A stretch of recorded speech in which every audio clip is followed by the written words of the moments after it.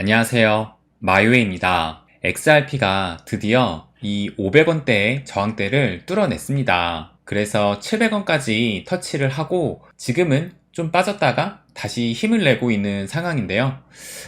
좀 더 지켜봐야겠지만 그래도 5월 대폭락 이후로부터 계속 한 번도 뚫지 못했던 이 저항대를 지금 뚫었다는 것에서 좀 의미가 있다고 생각이 됩니다. 그렇다고 뭐 환희에 찰 시점도 만족할 시점도 아니라고 생각을 해요. 그래서 어제 이 XRP가 좀 큰 상승이 나와서 제가 어제 블로그에도 이 리플 관련된 글을 하나 올렸어요. 그래서 블로그에 이 리플에서 과거 테슬라의 모습이 보인다라는 그런 관점에서 글을 썼는데, 오늘은 이것에 대해서 한번 좀 말씀을 드리려고 해요. 우리 일반 대중이 이 암호화폐 투자자를 보는 시선은 여러분도 아시다시피 좀 조롱에 가깝습니다. 그런데 이 암호화폐 투자자들 사이에서도 XRP 투자자를 보는 시선이 또 역시 조롱에 가까워요. 이런 짤들을 아마 많이 보셨을 거예요. 리플한테 이런 리또속이라는 별명도 있고, 심지어 이렇게 마음이 힘들 때는 리플을 900원에 물린 사람도 있다는 걸 기억해라는 이런 짤도 한창 많이 돌아다녔던 걸로 기억이 나요. 그리고 리삼딱이라고 해가지고 리플은 결국에는 올랐다가 300원으로 회귀한다라는 이런 짤도 있고, 이것도 마찬가지로 가격이 이렇게 올랐다가도 다시 300원으로 떨어진다라고 해가지고 이런 짤도 유행을 하면서, 이 밖에도 리플을 조롱하는 이미지들이 다른 코인에 비해서도 유독 많은 편입니다. 그런데 반대로 생각하면 이 XRP만큼 대중의 관심을 받는 암호화폐도 없다고 생각을 해요. 그 얘기는 진정한 불장이 왔을 때 심지어 조롱을 했던 사람들까지도 포모를 느끼고 올라탈 암호화폐가 바로 XRP라는 것입니다. 그리고 저는 무엇보다 XRP는 아직 시작도 안 했다고 생각을 해요. 뭐 오늘 이렇게 강력한 저항대를 뚫긴 했지만 비트코인이 또다시 떨어지면 언제든지 다시 뭐 500원, 300원대로 주저앉을 수 있다고 생각을 합니다. 그런데 저는 제가 목표하는 그때가 올 때까지 계속 기다릴 거예요.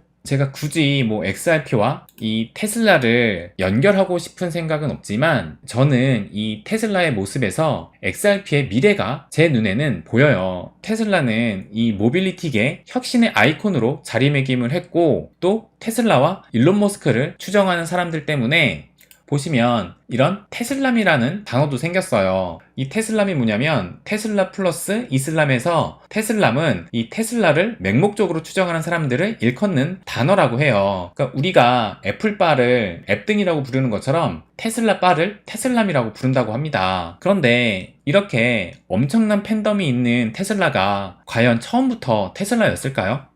테슬라는 여기 보시면 2003년 창립 아래 2017년까지 46억 달러의 적자를 기록하는 등 생존 전망마저 불투명했던 기업이에요. 그러던 테슬라가 2018년 테슬라 모델 3의 안정적인 생산에 성공하면서 2019년 말부터 흑자 전환에 성공을 한 것입니다. 그렇다면 이 테슬라의 창업 때부터 지금까지의 주가 흐름을 한번 보여드릴게요. 테슬라의 주가 차트를 보면 어제 장에 4% 넘는 하락이 돼가지고 이제는 300불도 깨졌는데, 얼마 전까지만 해도 뭐 테슬라를 뭐 1000슬라, 뭐 800슬라 막 이랬었잖아요. 그런데 먼저 이걸 보시기 전에 테슬라 같은 경우가 8월 25일, 그러니까 지난달에 3대1 비율로 액면 분할을 했어요. 그래가지고 지금 300불대로 떨어진 겁니다. 그러니까는 분할하기 전에는 한 900달러 정도 했던 거예요. 그래서 지금은 액면 분할을 했기 때문에 이렇게 300달러로 보여지는데, 이 차트를 보면 2011년부터 2020년도 전까지는 주가의 흐름이 큰 변동성이 없어 보이고 2020년 이후에 급격한 주가의 상승이 있었다는 것을 알 수가 있습니다. 그러니까 좀 전에 보신 것처럼 2019년도에 모델 3로 흑자 전환을 하면서 테슬라가 큰 상승을 했던 거예요. 그렇다면 이 2012년도와 2020년 요 사이의 주가 변동이 정말 이렇게 평행선이었는지 한번 살펴보면, 이 차트를 한번 보여드릴게요. 이게 2011년부터 현재까지 2022년의 모습을, 주가 흐름을 보여주고 있는 건데, 요거를 2020년 이전만 확대해서 보게 되면 보시는 것처럼 2011년부터 2019년까지도 큰 주가의 변동성이 있었다는 것을 알 수가 있습니다. 그런데 이것이 2020년 이후에 워낙 큰 상승이 나오니까 과거의 변동성은 이렇게 평행선처럼 보여지는 거예요. 여러분이 아시는 것처럼 이 테슬라가 모빌리티 혁신의 아이콘이라면 이 XRP는 송금, 결제, 이 금융 분야의 혁신의 아이콘이 될 가능성도 있지 않을까요? 저는 그 가능성을 보고 투자를 하는 건데 물론 안 될 수도 있습니다. 그리고 안 될 가능성도 크다고 생각을 해요. 그렇기 때문에 지금 이 XRP의 가격이 이 모양이라고 생각을 합니다. 테슬라가 실질적으로 큰 성과를 내지 못한 이런 2019년도 이전의 주가 흐름처럼 리플도 이 단계를 거치고 있다고 저는 생각을 해요. 그래서 만약 이 XRP가 송금 결제 이런 금융 분야의 혁신의 아이콘이 된다면 이 리플이 몇백 원대 이런 가격에 과연 있을까요? 거기에다가 정말 세계 각국에 이 CBDC를 연결하는 브릿지 통화의 기능까지 한다면 지금 가격에 계속 머물러 있지 않을 것이라고 생각을 합니다. 그리고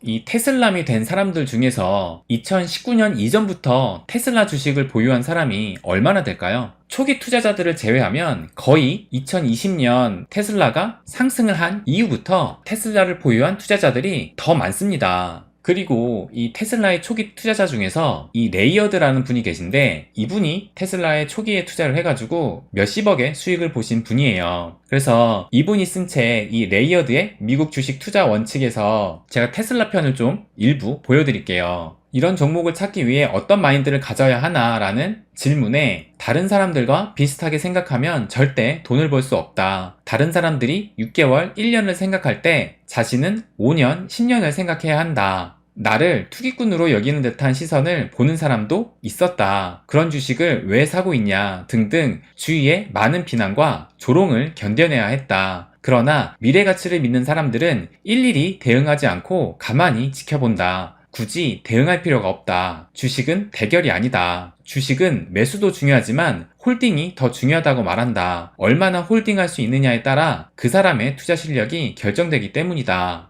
그리고 좀 더 보면 기본적으로 주식 투자를 잘하려면 어느 정도는 낙관론자가 되어야 한다. 테슬라 주가가 180달러 수준에 이르렀을 때는 그러니까 이 180달러는 액면 분할하기 이전의 180달러예요. 여러 주식 커뮤니티에서 테슬라는 미래다 라며 서로 사겠다고 달려들었다. 그런데 주가가 막상 72달러로 반토막이 나니 아무도 쳐다보지 않았다. 이렇게 이 레이어드 님도 말씀하신 것처럼 대다수의 사람들은 가격을 보고 가치를 판단합니다. 테슬라가 지금의 테슬라가 된 것도 2020년 이후 가격이 급등하면서 대중의 관심을 받고 난 이후예요. 레이어드 님도 여기 보신 것처럼 그 전까지는 많은 비난과 조롱을 견뎌내야 했다고 합니다. 물론 테슬라는 주식이고 XRP는 암호화폐예요. 하지만 이 암호화폐계에도 테슬라가 탄생하지 않을까요? 이 암호화폐 시장의 모든 코인 중에서 이 리플사만큼 일하는 회사가 몇이나 될까요? 이 질문에 항상 듣는 답은 그런데 가격이 왜 그 모양이야? 이거예요. 그런데 이 테슬라도 2020년 전까지는 동일한 질문에 그런데 가격이 왜 그 모양이야? 라는 이런 똑같은 소리를 듣지 않았을까요? 대부분의 사람들은 이 가치보다 가격을 믿습니다. 가격이 동반되지 않은 가치에는 의문을 떠올리기 쉽기 때문이에요. 물론 이 XRP가 테슬라와 반대로 실패의 길을 갈 수도 있습니다. 그렇게 되면 내 선택이 잘못된 것이에요. 대신 또 다른 테슬라가 될 만한 것들에 씨앗을 뿌려놓으면 된다고 저는 생각을 합니다. 그래서 저 역시 리플뿐만 아니라 다른 암호화폐에도 이런 테슬라를 꿈꾸는 씨앗들을 꾸준히 뿌리고 있습니다. 그런 씨앗들 중에 하나만 터져도 성공하는 게 아닐까요?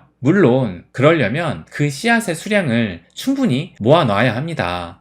저는 이 남들이 쉽게 보지 못하는 곳에 큰 부가 있다고 생각을 해요. 남들도 보기 시작하면 그때는 이미 늦습니다. 남들이 보기 시작하는 시점은 가격이 오르고 난 이후일 거예요. 네, 오늘은 이 리플과 테슬라를 연관시켜서 한번 제 생각을 말씀드렸는데요. 어제의 상승으로 리플이 당장 1000원을 돌파하고 2000원을 돌파한다고 생각하지는 않아요. 테슬라도 10년이 넘는 긴 암흑기에 있다가 가시적인 성과가 나오니까 폭발을 했어요. 리플도 가시적인 성과가 나오려면 아직 산적해 있는 일들을 하나하나씩 해결해 나가야 합니다. 당장 소송도 마무리해야 하고요. 더구나 지금은 글로벌 위기로 이 전반적인 자산 시장이 침체되어 있기 때문에 이 상승하는 것에 제한적일 수밖에 없다고 생각을 합니다. 제가 블로그에도 마지막에 이렇게 글을 썼지만 절대로 XRP를 추천하는 것이 아니고 XRP는 반드시 긴 호흡으로 바라봐야 할 코인이라고 생각을 합니다.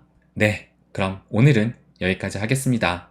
항상 제 이야기 끝까지 들어주셔서 감사드립니다. 부자가 되는 길, 마이웨이.